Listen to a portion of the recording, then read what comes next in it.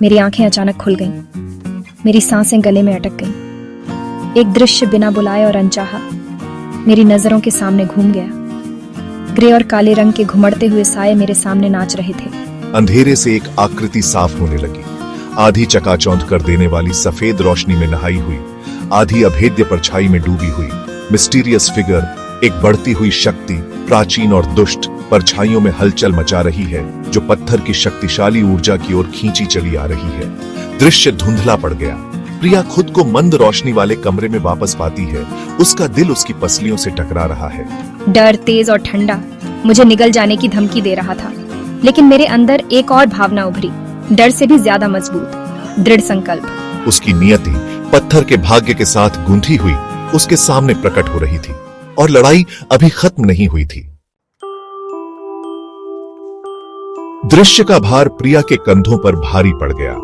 उस आकृति ने एक ऐसे पंथ के बारे में बताया था जिसे लंबे समय से भुला दिया गया था, जो अंधेरे में डूबा हुआ था।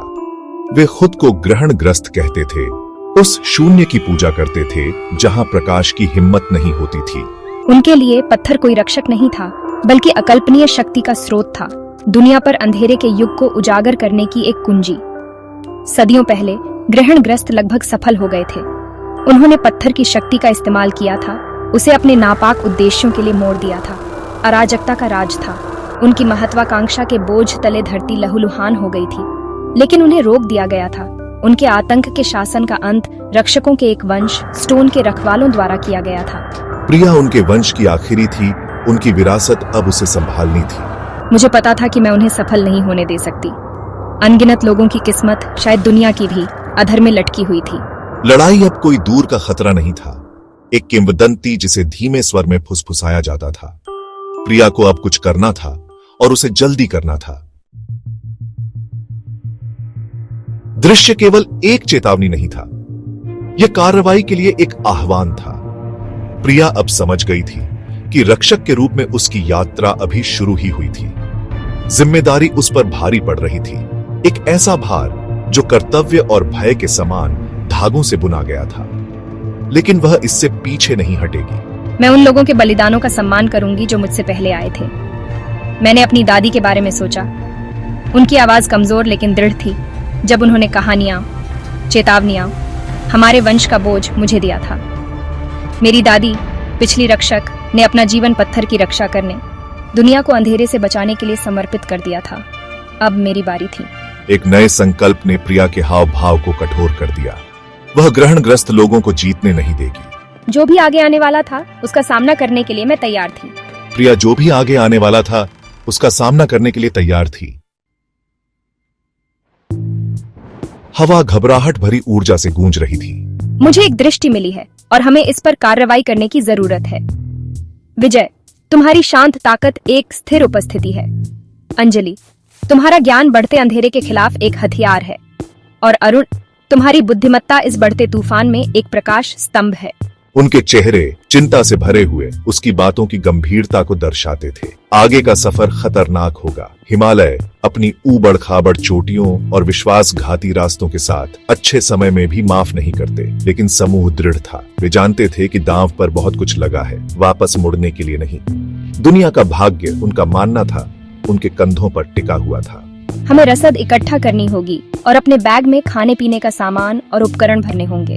हिमालय विशाल और निर्दयी थे, चट्टान और बर्फ की एक भूल भुलैया, लेकिन उनके आलिंगन में कहीं न कहीं वे जवाब थे जिनकी उन्हें तलाश थी। वे अनजान में एक ऐसे अंधेरे में कदम रख रहे थे जिससे उन सभी के निगल जाने का खतरा था।